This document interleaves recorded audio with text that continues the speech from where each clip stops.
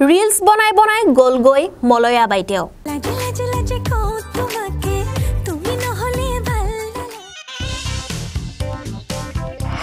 দুই সন্তানৰ পিতৃৰ সৈতে পলাই গল মলয়া বাইদেউ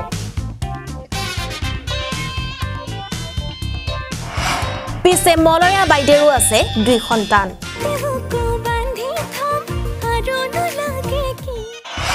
পেছাত মলয়া বাইদেউ এগৰাকী ৱাৰ্ড সদস্য পলুৱাই নিয়াজনো আকৌ শিক্ষক পিছে মলয়া বাইদেউ লগত নিলে সোণৰ গহনা আৰু লক্ষাধিক টকা নাৰায়ণপুৰৰ ৰামপুৰত সভ্য সমাজক লজ্জানত কৰি ৱাৰ্ড সদস্যক পলুৱাই নিলে শিক্ষকে মলয়া বাইদেউৰ জীয়েক নহয় এইবাৰ পলাই গল মলয়া বাইদেউ নিজেই হয় আপুনি ঠিকেই শুনিছে আশ্চৰ্য বৰপাত্ৰৰ গীতত কোৱাৰ দৰে মলয়া বাইদেউৰ জীয়েক নহয় নাৰায়ণপুৰত পলাই গল মলয়া বাইদেউ অৰ্থাৎ এগৰাকী মাতৃ নাৰায়ণপুৰৰ অসম অৰুণাচল সীমান্তৰ ৰামপুৰত সংঘটিত হৈছে এই কাণ্ড হিমলগুৰি আৰক্ষী চকীৰ অন্তৰ্গত ৰামপুৰ চাৰিআলিৰ অনিল গগৈৰ পত্নী তথা ৰাজগড় গাঁও পঞ্চায়তৰ 4 নম্বৰ ৱাৰ্ড সদস্য মলয়া গগৈয়ে দুই পুত্ৰ সন্তানক এৰি পলাই গল ৰাজগড় জুটুলিবাৰী প্ৰাথমিক বিদ্যালয়ৰ শিক্ষক তথা দুই সন্তানৰ পিতৃ শিক্ষক দিব্যজ্যোতি গগৈৰ সৈতে উল্লেখ্য যে ৱাৰ্ড সদস্য মলয়া গগৈ নাৰায়ণপুৰ মণ্ডল বিজেপিৰ আইটি সেলৰো এগৰাকী সক্ৰিয় সদস্য মলয়া গগৈয়ে স্বামী গৃহৰ পৰা এখন স্কুটি সোণৰ গহনাৰ লগতে মাটি বিক্ৰী কৰি পোৱা লক্ষাধিক টকাও লগত লৈ যোৱাৰ গুৰুতৰ অভিযোগ উত্থাপন কৰিছে শাহুৱেকে তাই একো বস্তুৱে নাই কমেও টকাকে নিছে 2 লাখ টকা আৰু সোণ নিছে আৰু গাড়ী নিছে মটৰচাইকেল এই ঘটনাক কেন্দ্ৰ কৰি সমগ্ৰ সীমান্তৱৰ্তী অঞ্চলটোত সৃষ্টি হৈছে তীব্ৰ প্ৰতিক্ৰিয়া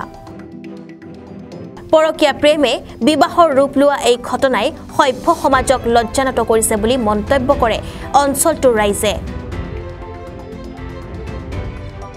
ৰাইজৰ লগতে পৰিয়ালৰ দাবী শীঘ্ৰেই মলয়া গগৈৰ ৱাৰ্ড সদস্য পদ বাতিল কৰাৰ লগতে শিক্ষকতাৰ দৰে পবিত্ৰ বৃত্তিত নিয়োজিত লম্পট শিক্ষক দিব্যজ্যোতিক চাকৰিৰ পৰা অপসাৰণ কৰা ইফালে পত্নী পলাই যোৱাৰ পিছৰে পৰা ঘৰলৈ অহা নাই স্বামী অনিল গগৈ ইয়াকে লৈ গভীৰ চিন্তাত পৰিছে মাতৃ কিবা কাৰণত যদি পুত্ৰৰ হানিবিহীনি হয় তেন্তে বুৱাৰী মলয়া গগৈ আৰু দিব্যজ্যোতি গগৈয়ে জগৰীয়া হ'ব বুলি হকিয়াই দিলে মাতৃয়ে মোৰ ল'ৰাও যদি ক'বাত হানি হয় জগৰীয়াটো তাৰ বাবে দিব্যজ্যোতি গগৈ আৰু মলয়া গগৈ ৱাৰ্ড সদস্য মলয়া আৰু শিক্ষক দিব্যজ্যোতিৰ এনে কুকৰ্মৰ বাবেই দুখন সুখৰ সংসাৰ ধ্বংস হোৱাৰ ঘটনাক সকলোৱে এতিয়া নিন্দা কৰিছে কাহিনীটো মানে একো নাই কাজিয়া পচালো নাই একো নাই তাই মাকৰ ঘৰত গৈ আছিলেগৈ আমি বোলো খংটো মাৰ গ'লে ঘৰলৈ আহিব আৰু দুটা ল'ৰা এৰি পেলাই জানো কোনোবা মানুহ যাব পাৰে কিন্তু সিহঁতৰ যে মৰকীয়া প্ৰেম চলি আছে আমিতো নাজানো ক'ব নোৱাৰোঁ তাৰপাছত এতিয়া তাৰমানে কালি পৰহি আমিতো ঘৰত গমেই নাপাওঁ পৰহি বোলে সেই দিব্যজ্যোতি গগৈয়ে শিৰত সেন্দুৰ দি লৈ গ'ল বুলি পেলাই কালি খবৰ পাই ল'ৰাই এইবোৰ মানে গোটেই ঘৰৰ বস্তু বা বাহানি ভাঙি চিঙি চববোৰ লৈ গৈছে মলয়া গগৈ শেষ কৰি থৈ গ'ল মোৰ ঘৰখনেই শেষ কৰি থৈ গ'ল দিব্যজ্যোতি গগৈ তেওঁ LP স্কুলৰ মাষ্টৰ কৰে কোৱা শুনাহে মই কিন্তু নাজানো তেওঁ পৰিবাৰ আছে এটা ল'ৰা এজনী ছোৱালী আছে তাৰমানে এজন শিক্ষক হৈ তেতিয়া ছাত্ৰ ছাত্ৰীক তেওঁ কি জ্ঞান দিছে সেইটো ওপৰত আপোনালোকে ভিত্তি কৰি তাৰ চাকৰিটো যাতে নাথাকে মই সেইটোৱে কামনা কৰিছোঁ আৰু চাকৰিটো জহতে মোৰ এই দুটা নাতি এৰি ল'ৰা এৰি তাই তালৈ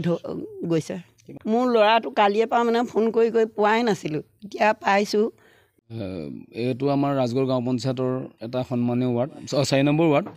যথেষ্ট গুণী জ্ঞানী লোকসকল এই আছিলে কিন্তু এইবাৰ তেওঁ মানে ৱাৰ্ড মেম্বাৰ হৈছিলে বিজেপি দলৰ পৰা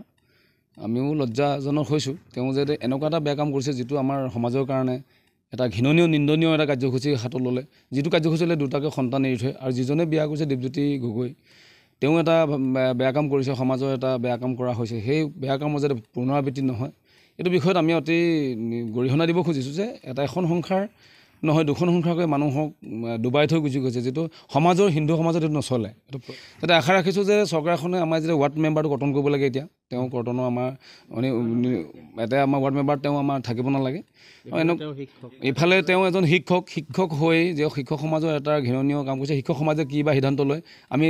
পৰৱৰ্তী কাৰ্যত দেখা যাব যে শিক্ষকে তেওঁ কিদৰে চায় আৰু কিদৰে এই বিষয়টোৰ ওপৰত তেওঁলোকে কিদৰে আলোচনা কৰি আজি সমাজখন কেনেধৰণৰ উত্থান পতনৰ ওপৰত ক্ষেত্ৰত তেওঁলোকে সহায় কৰে সেইটো অতি আমি গুৰুত্ব আৰোপ কৰিব খুজিছোঁ। যদিও মই VDB হিচাপে VDB সভাপতি হিচাপে এই গাঁওখনতে আছিলোঁ।